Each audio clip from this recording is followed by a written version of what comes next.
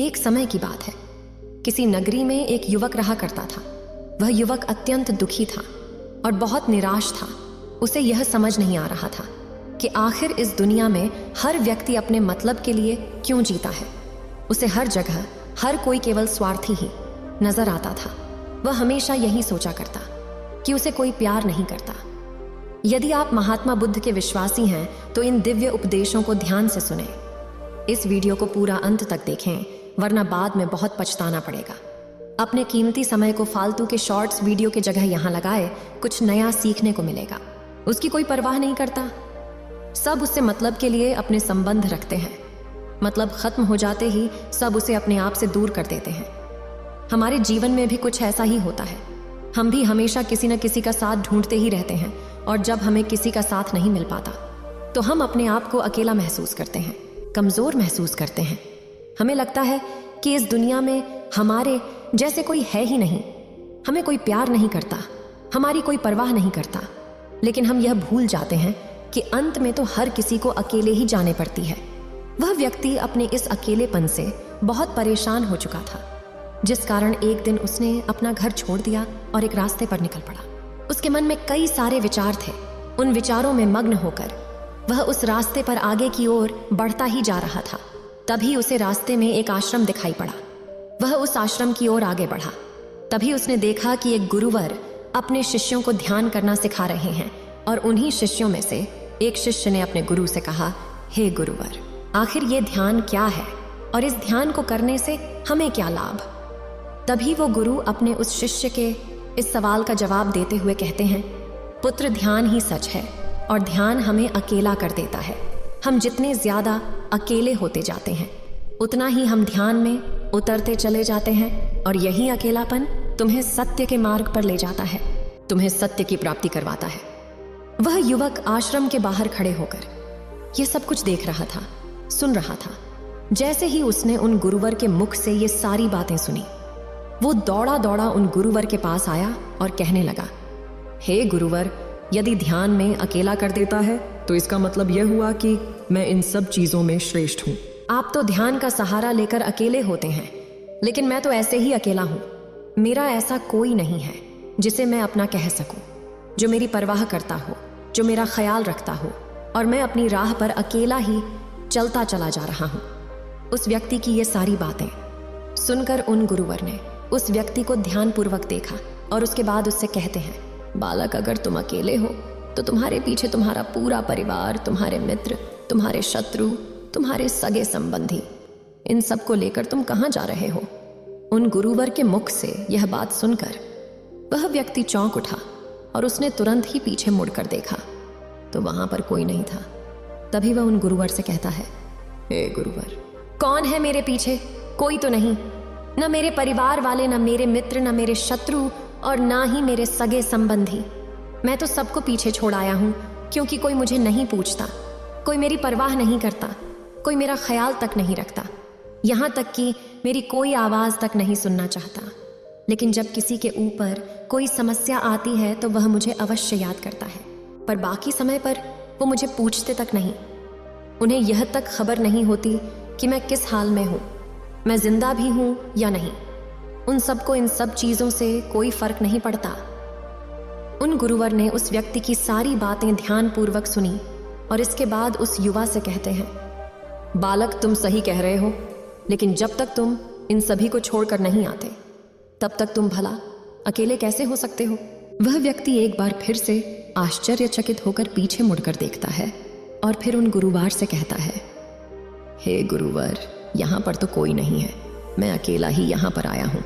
लग रहा है कि आप मेरा मजाक उड़ा रहे हैं। मेरे पीछे कोई नहीं है, आप खुद देख सकते हैं। तो फिर आप ऐसा क्यों कह रहे हैं कि जाओ और इन्हें छोड़ कर आओ? जब मेरे साथ कोई है ही नहीं तो मैं भला उन्हें कहाँ छोड़ कैसे छोड़ दूं? उस युवक की ये सारी बातें सुनकर वे गुरुवर मुस्कुराने लगे और उस युवक से कहते हैं, बालक, आखिर तुम मुझसे क्या चाहते हो? इस पर वे बालक उन गुरुवर से कहता है, हे गुरुवर, मैं आपका शिष्य बनना चाहता हूँ। मुझे कोई साथी चाहिए, मुझे अपना शिष्य बना लीजिए। मैं जीवन भर आपका आभारी रहूंगा। उस युवक की ये बातें सुनकर उन गुरुवर ने कहा, बालक, तुम चाहो तो यहाँ पर 1 महीने रह सकते हो। उसके बाद ही मैं ये निर्णय कर पाऊंगा कि क्या मुझे तुम्हें अपना शिष्य बनाना चाहिए या फिर नहीं। लेकिन तुम्हें मेरी एक बात माननी होगी, तुम इन 30 दिनों के अंदर ध्यान का अभ्यास करना होगा।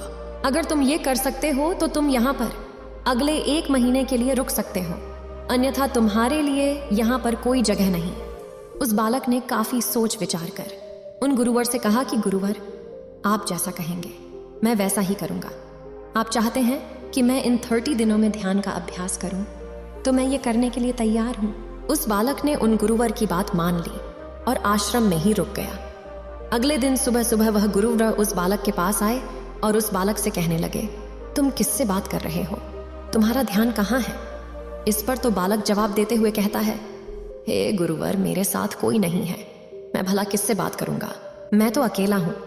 तभी वह गुरुवर उस व्यक्ति से कहते हैं, ठीक है, लेकिन अब ध्यान लगाओ, क्योंकि तुमने मुझे वचन दिया था कि इन 30 दिनों में तुम ध्यान का अभ्यास करोगे। उन गुरुवर के कहने पर वो बालक ध्यान करने बैठ जाता है, लेकिन पहले दिन उसे ध्यान करने में बहुत तकलीफें आती हैं, बहुत सारी परेशानियों का सामना करना पड़ता है, यहाँ तक कि वो ढंग से लगातार बैठ भी नहीं पा रहा था। उसके पैर मानो सुन्न सी हो जाते और उसका पैर मानो काम करना ही बंद कर देता। ये सारी बातें वह गुरुवर देख रहे थे। तभी उन गुरुवर ने उस बालक से कहा, बंदे, तुम जितना देर चाहो उतना देर बैठ सकते हो, ये कोई जरूरी नहीं है कि तुम एकाएक लगातार बैठे ही रहो। यदि तुम्हें थोड़ी तकलीफ है तो तुम उठ सकते हो, टहल सकते हो और फिर आकर बैठ सकते हो। इतना कहकर तो गुरुवर वहां से चले गए। अगले दिन सुबह सुबह फिर वह उस बालक के पास आए और उस बालक से कहने लगे, बंदे कौन है, किससे बात कर रहे हो, कोई आया है क्या?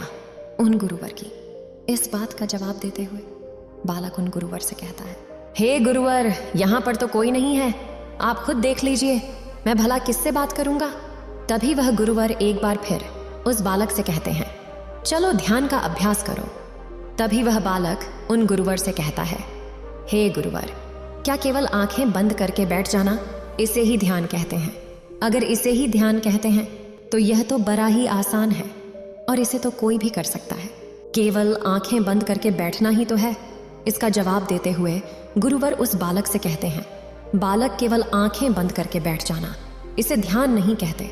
ध्यान करने के लिए तुम्हें अपने मन को एकाग्र करना होगा, अपने मन को किसी एक चीज पर लगाना होगा। वह कोई भी चीज हो सकती है, बाहर की कोई आवाज या तुम्हारे भीतर से आने वाली ये सांसें, इन सांसों के अंदर और बाहर होने की आवाज। तुम ऐसी किसी भी चीज पर ध्यान लगा सकते हो जो लगातार वर्तमान समय में घट रही है, ताकि तुम्हारा पूरा ध्यान उस चीज पर एकाग्र हो और तुम्हारा ध्यान कहीं भी भटके नहीं, जिस कारण तुम उस पर ध्यान लगा पाओगे। और एक बात और याद रखना, जब तुम उस चीज पर ध्यान लगाओगे तो तुम्हारा ध्यान हटना नहीं चाहिए। इतना कहकर वो गुरुवर वहां से चले गए। अगले दिन जब वो सुबह सुबह एक बार फिर उस बालक से मिलने आए तो उन्होंने एक बार फिर उस बालक से कहा करते हैं, आज कौन आया है, किससे बात कर रहे हो? बड़ी जोर जोर से आवाज आ रही है। तुम यहाँ पर खुद शांति पाने आए हो या फिर दूसरों को अशांत करने के लिए? वो बालक उन गुरुवर से कहता है, हे गुरुवर, पर यहाँ पर तो कोई है ही नहीं, तो मैं भला किससे बात करूंगा? यहाँ तक कि अभी तक मेरे मुख से एक शब्द तक नहीं निकला है, तो फिर आपको कैसे? जोर जोर की आवाजें आ रही हैं, और जब मैंने एक शब्द भी नहीं बोला तो मैं भला दूसरों के लिए अशांति का कारक कैसे बन सकता हूं? तभी वह गुरुवार उस बालक से कहते हैं, ठीक है, चलो ध्यान पर अभ्यास करो। तभी वह बालक उन गुरुवर से कहता है, हे गुरुवर, मेरा एक प्रश्न है, क्या मैं आपसे पूछ सकता हूं? तभी गुरुवर उस बालक से कहते हैं, पूछो, तुम्हें क्या पूछना है?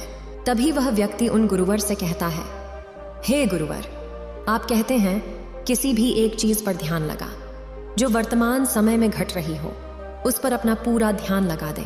लेकिन जब मैं अपनी सांसों पर या फिर किसी ऐसी चीज पर ध्यान लगाने का प्रयास करता हूं जो लगातार घट रही है, तो मेरा ध्यान लगातार नहीं रह पाता। मैं पल पल भटकता रहता हूं। कभी मुझे कुछ याद आने लगता है तो कभी मुझे कुछ और याद आने लगता है। वो पुरानी चीजें, वह पुरानी यादें मेरा पीछा नहीं छोड़ती। आपके कल यहाँ से चले जाने के बाद मैंने ध्यान करने के लिए बहुत प्रयास किया, लेकिन वह पुरानी यादें बार बार मुझे याद आ रही थी, जिस कारण मैं एक चीज पर ध्यान लगा ही नहीं सका। तो अब मुझे क्या करना चाहिए? उस बालक की ये सारी बातें सुनकर गुरु मुस्कुराने लगे और वहां से चले गए। उन गुरुवर की हंसने की वजह उस बालक को समझ नहीं आई। अगले दिन सुबह सुबह एक बार फिर वह गुरुवर उस बालक के पास पहुंचे और कहा, बालक ये तुम क्या कर रहे हो? इतना आलस, चारों ओर आलस ही आलस फैला हुआ है। अपने पास से आलस को भगाओ, अन्यथा ये तुम पर हावी हो जाएगा और फिर तुम हमेशा इसके अधीन बनकर रहोगे। तभी वह बालक उन गुरुवार से कहता है, गुरुवर आप तो रोज एक ही बात कहते हैं कि यहाँ पर कोई है, लेकिन मुझे तो कोई नजर आता ही नहीं। आप ही बताइए यहाँ पर कौन है? तभी वे गुरुवर उस बालक से कहते हैं, ठीक है चलो अभ्यास के लिए चलते हैं। तभी वह व्यक्ति उन गुरुवर से कहता है, ही गुरुवर मेरा एक प्रश्न है, आपकी आज्ञा हो तो मैं आपसे पूछना चाहता हूँ। वह गुरुवर उस बालक से कहते हैं, हाँ पूछो, क्या प्रश्न है तुम्हारा? तभी वह बालक उन गुरुवार से कहता है, हे गुरुवर आपकी कृपा से अब मैं पहले से बेहतर तरीके से ध्यान कर पा रहा हूँ, लेकिन अभी भी मुझे एक समस्या आ रही है, और वह यह है कि जब भी मैं अपनी सांसों पर ध्यान देता हूँ तो मेरा मन एकाग्र तो होता है और मैं पहले से ज़्यादा और अच्छी तरह से ध्यान भी लगा पाता हूँ, लेकिन ध्यान लगाते लगाते मुझे नींद आने लगती है और मैं सो जाता हूँ। फिर उसके बाद मुझसे ध्यान नहीं हो पाता, उसके बाद केवल बस मुझे नींद ही नींद आती रहती है और मैं ध्यान की तरफ फिर अपने आप को मोड़ नहीं पाता। उस बालक की यह बात सुनकर वह गुरुवर उस बालक से कहते हैं, ये तो अच्छी बात है। इतना कहकर वे वहां से चले जाते हैं। 5वें दिन जब सुबह सुबह वह गुरुवर उस व्यक्ति के पास पहुंचते हैं तो वे कहते हैं, बालक तुमने इतने लोगों को क्यों बुला रखा है? इतने सारे लोग तुम्हें ध्यान नहीं करने देंगे। तुमने इतने सारे लोगों को क्यों बुलाया है? इन्हें यहाँ से जल्दी भेजो। मुझे यह बिल्कुल नहीं पसंद। तुम तो यहाँ पर अकेले आए थे जैसा कि तुमने कहा, तो फिर इतने सारे लोगों को तुमने आज क्यों बुला रखा है? इन्हें अभी के अभी वापस छोड़ कर आओ। तभी बालक उन गुरुवर के बारे में मन ही मन यह सोचता है कि लगता है गुरुवर पागल हो चुके हैं। वे जब भी रोज आते हैं तो हमेशा एक ही बात कहते हैं कि यहाँ पर कोई है, लेकिन मुझे तो कोई नजर ही नहीं आता। उसने बड़ी विनम्रता से उन गुरुवर से कहा, हे गुरुवर शायद आपकी की आंखें जो देख पा रही है वह मैं नहीं देख पा रहा हूँ। मुझे तो यहाँ पर कोई नजर नहीं आता, फिर आप कैसे यहाँ पर लोग ही लोग नजर आ रहे हैं? तभी वे गुरुवर उस बालक से कहते, अच्छा ठीक है चलो अब ध्यान का अभ्यास करते हैं। तभी वह बालक उन गुरुवर से कहता है, हे गुरुवर मुझे ध्यान के वक्त नींद आती थी, जैसा कि मैंने आपको बताया था उस पर तो मैंने नियंत्रण पा लिया, लेकिन अब जब भी मैं ध्यान करने बैठता हूँ, किसी एक चीज पर अपना ध्यान केंद्रित करता हूँ तो मेरे मन में विचारों का सैलाब उठता है, मानो विचारों की बाढ़ सी आ जाती है। इतने विचार तो आंख खोल कर भी मैंने कभी नहीं देखे होंगे, जितने की आंखें बंद करने के बाद मुझे नजर आते हैं। और इन विचारों में कुछ ऐसे विचार भी मेरे मन में आते हैं जिनके बारे में आज तक मैंने सोचा तक नहीं है। मुझे उनके बारे में कुछ भी नहीं पता। ये सब क्यों हो रहा है गुरुदेव? उन गुरुवर ने उस बालक की यह बात सुनकर उस बालक से कहा, अच्छा ऐसा हो रहा है। इतना कहकर वो गुरुवर वापस चले गए। अगले दिन सुबह सुबह गुरुवर एक डंडा लेकर उस बालक के पास पहुंचे और एक डंडा झड़ते हुए उस युवा से कहते हैं, मैंने तुम्हें पहले ही कहा है इतने सारे लोग मुझे पसंद नहीं, तुम्हें इन्हें छोड़ कर आना होगा। आखिर तुम रोज रोज इन्हें क्यों ले आते हो? इतनी भीड़ इकट्ठा करके तुम्हें क्या लाभ? आज के बाद ये यहाँ पर नहीं आनी चाहिए, इस बात का ख्याल रखना। यदि आज के बाद यहाँ पर कोई भी नजर आया और तुम्हारी बकबक मुझे सुनाई पड़ी तो मैं तुरंत ही तुम्हें इस आश्रम से निकाल दूंगा। तब युवा बालक बड़ी विनम्रता से उन गुरुवर से कहता है, हे गुरुवर मुझे तो यह समझ नहीं आता कि मुझे कोई नजर ही नहीं आता, लेकिन आप रोज एक ही बात कहते हैं कि यहाँ पर मैंने भीड़ इकट्ठी कर रखी है, जिन लोगों को भी मैंने लाया है उन्हें मुझे छोड़ कर आना होगा। लेकिन मैं आपसे हर रोज एक ही बात कहता हूँ कि मुझे कोई नहीं नजर आता, ना ही मुझे कोई यहाँ पर दिखाई पड़ता है और ना ही मैं अपने मुख से एक शब्द भी निकालता हूँ, लेकिन फिर भी आप कहते हैं कि आपको जोरों की आवाज सुनाई पड़ रही है। तभी गुरुवर उस बालक की इस बात का जवाब देते हुए कहते हैं, क्या तुम्हारे मित्र, तुम्हारे परिवार वाले, तुम्हारे सगे संबंधी, तुम्हारे शत्रु, तुम्हारे इच्छाएं, तुम्हारी वासनाएं ही सब क्या तुमसे मिलने नहीं आते? वह व्यक्ति उन गुरुवर से कहता है, नहीं गुरुदेव मुझसे कोई मिलने नहीं आता, मैं तो यहाँ पर अकेला ही आया था और अभी भी मैं अकेला ही हूँ। मेरा कोई नहीं? तभी वह गुरुवर क्रोधित होकर उस डंडे से उस बालक पर एक और प्रहार करते हैं और कहते हैं, अभी बैठो, अभी ध्यान लगा, और यदि तुम्हारे ध्यान में कोई भी आता है तो मुझे बताओ।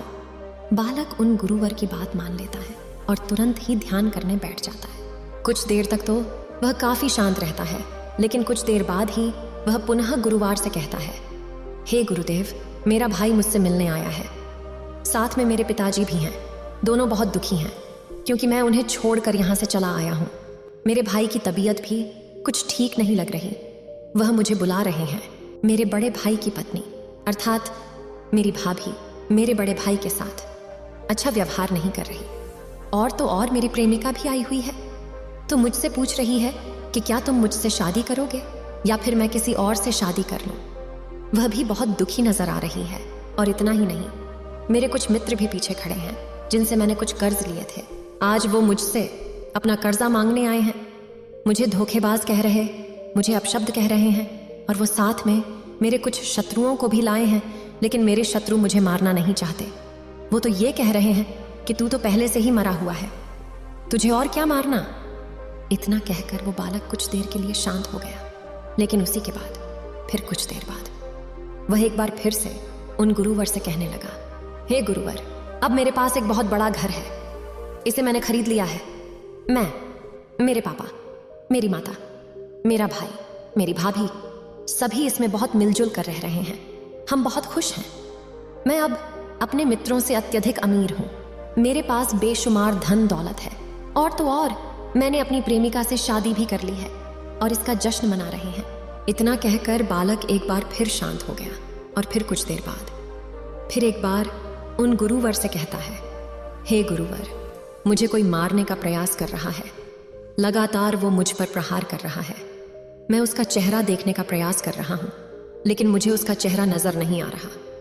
इतना कहते कहते वह उन गुरुवार से कहता है, गुरुदेव, ये तो आप हैं जो मुझे मार रहे हैं, और ये भी कह रहे हैं कि इतनी भीड़ को लेकर क्यों आए हो और ये लेकर कहां जा रहे हो। मेरे साथ तुम्हें अकेले ही चलना होगा। इतना कहकर वो बालक ध्यान से उठ गया और गुरु के चरणों में गिर पड़ा और उनसे कहने लगा, हे गुरुदेव, आप सही थे।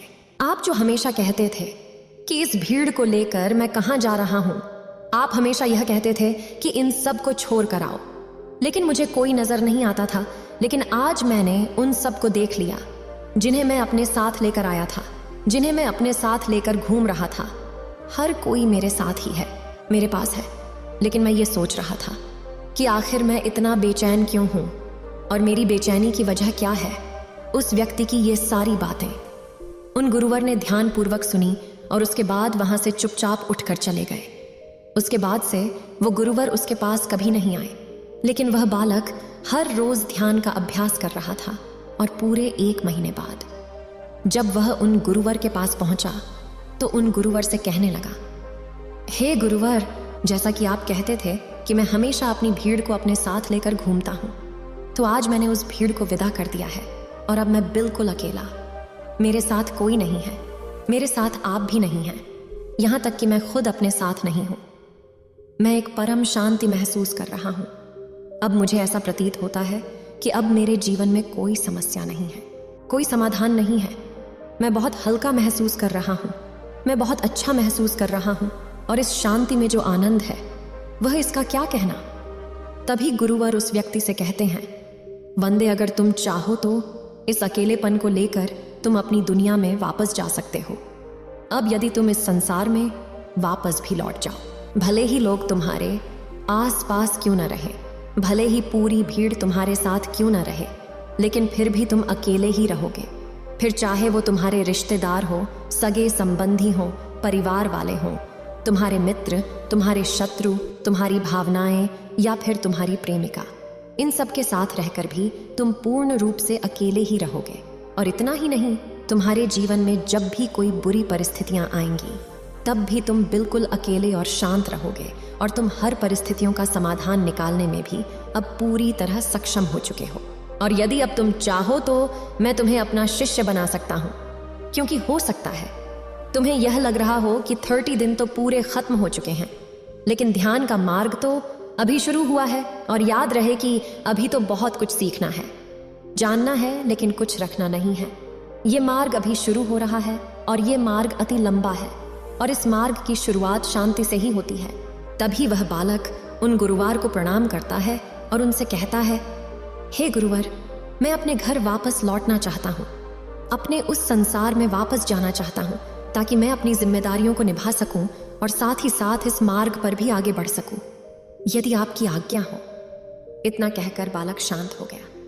तभी वह गुरुवर मुस्कुराने लगे और उस व्यक्ति से कहते हैं, वंदे, मन शांत हो तो सब हो सकता है।